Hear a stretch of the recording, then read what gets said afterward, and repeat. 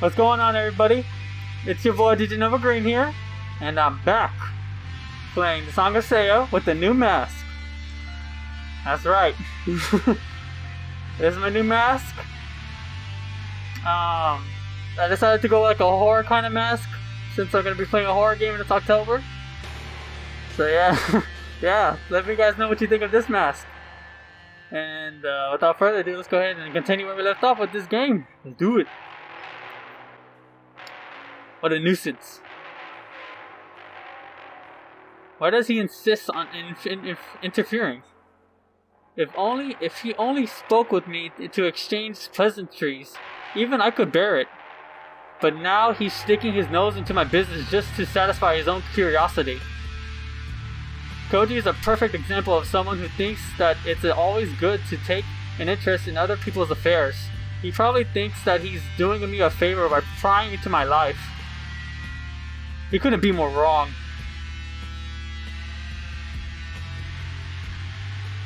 If he keeps this up, I might have to find some way to deal with him.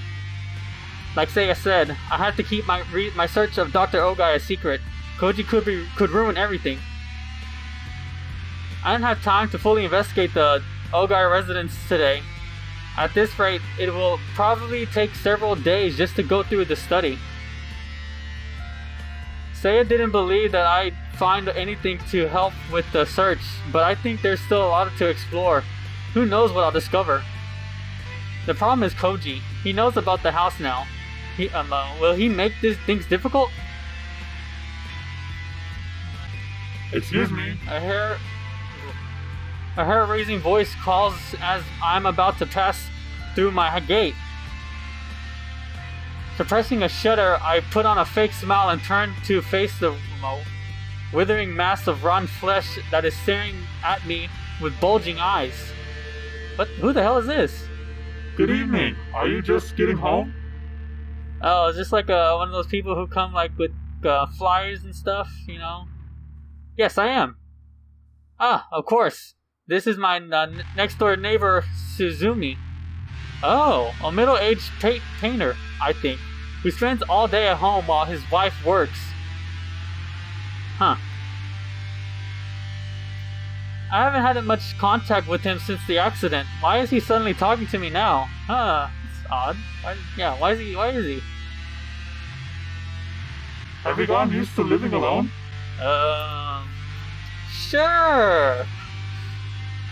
Yes, thank you for your help. I know it must be very difficult, but you're so young. You have to try to move on with your life. I think I am, yeah.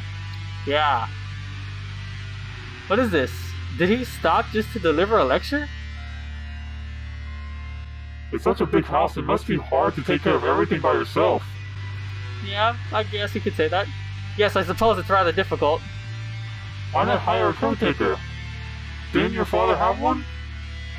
I'm still a student. I can't really afford the expense. I see. The flesh beast undulates foully, as though it still has something to say. The sight of it is driving me close to the edge. Even so, don't you think you should at least tend to your yard? I'd be happy to help. No thank you, I'll manage on my own. Now I get it, he's worried that the unsightliness of my house might diminish the image of his own. Damn snob. I flash a token smile, then retreat behind the safety of my gate. I can feel Suzumi's eyes boring into my back all the way to the front door. Why won't everyone stay out of my life? I just wanted to live together with Seiya, alone where no one will ever bother us. Huh. Interesting. Oh, that's Suzumi. Suzumi Yosuke sighs in ignorance as he watches the neighbor boy retreat into his house.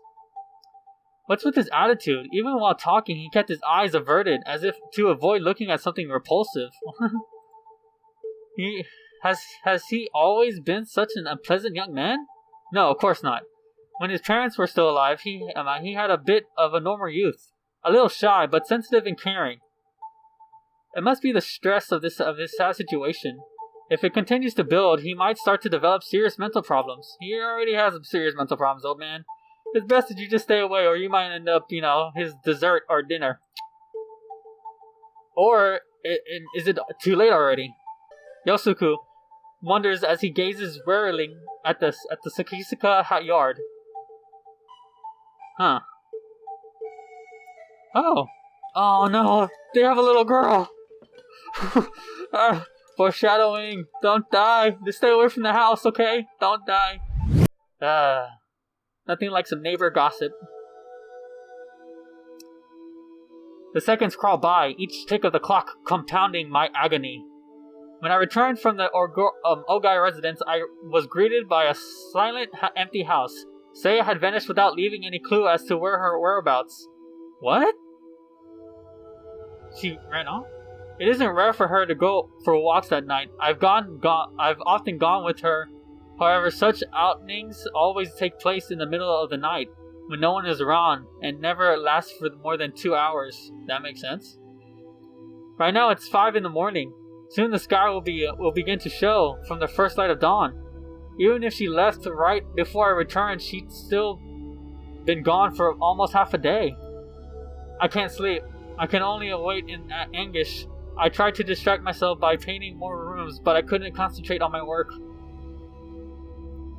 If I had known this would happen, I would have left the Ogai house sooner. I wish I hadn't wasted time on Koji. If Seiya doesn't return, the thought makes me want to tear out my hair.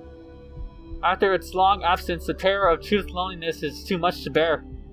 Oh, don't worry, man. She'll return. See? There you go. Told you she'd return.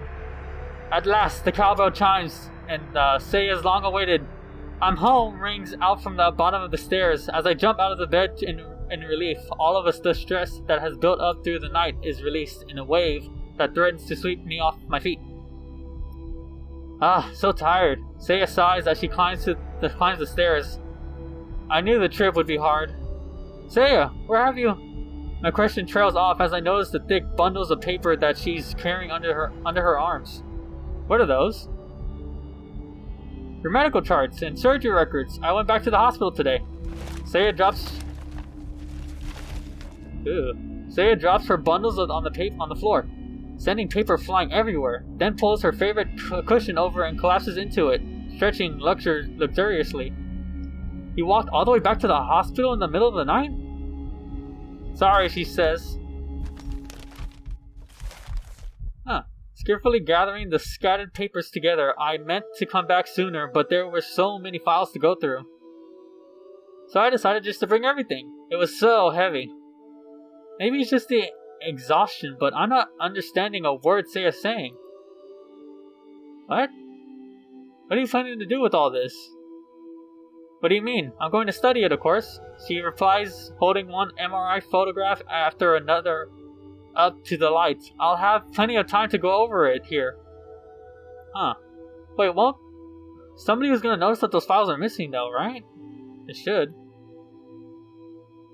At first I think she's playing around, but the occasional mutters of, better check this one. Oh, I see. Well, that was silly of them. And the like as she separates photos into a growing pile beside her made me think that this might not be a joke after all. Well, she said she was really smart, so it makes sense that she could actually study something like that. I wouldn't be able to. I don't know what the hell what I'd be looking at, to be honest. Do you understand this stuff? I learned a lot from Dad. She flashes me a grin, then returns to the papers. So that's how it is. Wow, how the hell does she understand so much? No wonder it can't be fixed. It can't? Not by a human, Doctor. What? What is she saying? I can't tell if she's being serious. Even for me, it'll probably be tough. She says offhandedly, even as her hand continued to shuffle papers. I'll have to experiment first. What is she talking about? Watching more closely, I realized that her eyes are scanning each paper rapidly, so rapidly in fact, that I was unable to notice it at first. Could Seiya actually be reading my charts? Hey Seiya. Yeah? She answers coolly, looking up from the charts. I'm tired, let's go to bed. Sure. Seiya replies with a grin, if that's what you want. Seiya tosses aside the papers she was sorting, then leaps on me and begins to tear off my clothes. What the fuck? Okay. Okay. Sure, why not? Hey! Come on, just once before bed, okay? Whoa, whoa. What is going on here? Hey Seiya, don't you think it's unhealthy to be doing this every day? Huh? Are you sick? No, not me. My body is all grown up, but you're... Don't worry. What's going on? She laughs playfully as she pushes me onto the bed, the familiar sweet sensation of her weight and skin rendering me helpless. But I'm worried. You haven't used any contraption? From Minori, she whispers, staring straight into my eyes. You don't want me to have your children? Oh, shit.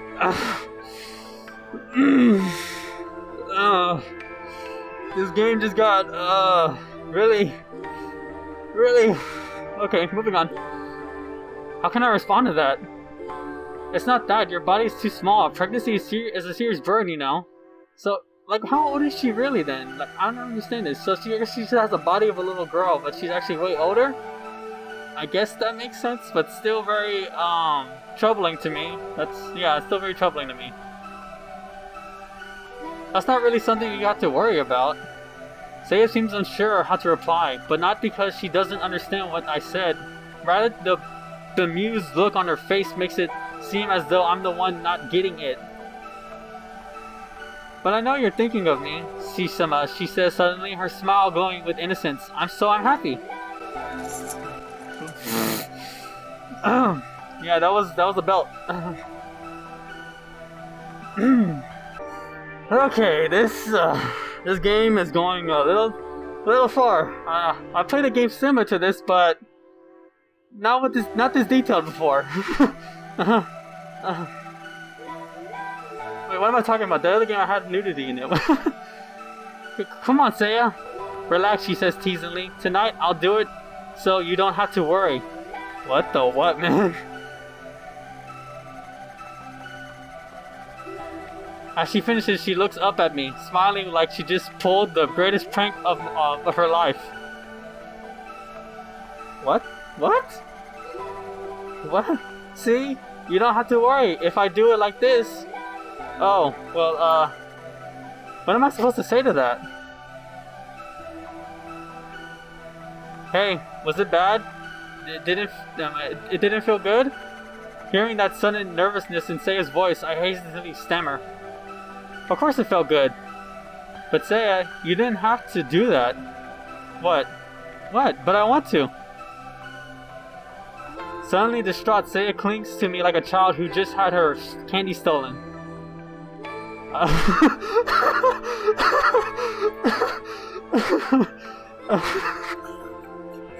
Okay, I want you inside me. Okay. Inside you? So Seiya really does want to bear my child. I'm not averse to the idea. I still think it might be too early, of course. But there isn't much point in worrying about my reputation now. Assuming that Seiya and I will be left alone, I even welcome it. You don't like it? She gazes up at me pleadingly. How can I resist? I do like it. As long as you're okay with it, so am I. Seiya smiles with relief and burrows contentedly into my chest. I love you, Fuminori, she purrs softly. With her body draped over mine, I become even more aware of how light and delicate she is. Can this tiny girl and I really live as husband and wife? I don't know, man. Maybe. But society might get in your way. I feel a pang of self-loathing at the question. How can I still be afraid after all that's happened? Seiya's feelings are so earnest. How can I not accept them? I need to resolve once and for all to rid myself of the useless trappings and morality. Seiya and I are all that matters. There's no point in worrying about what others think anymore.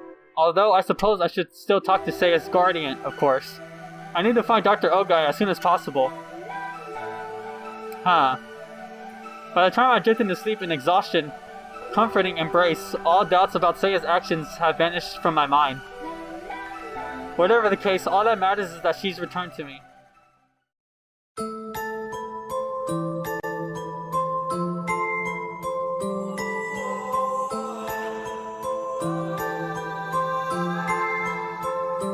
I count blessings, not my L's. I stay focused, I don't dwell. I see time is all my wealth. All these angels watch my health. I stay bout it, I'm not pouting. Break through walls and climb it mountains. If you want it, scream it louder. Show this world what they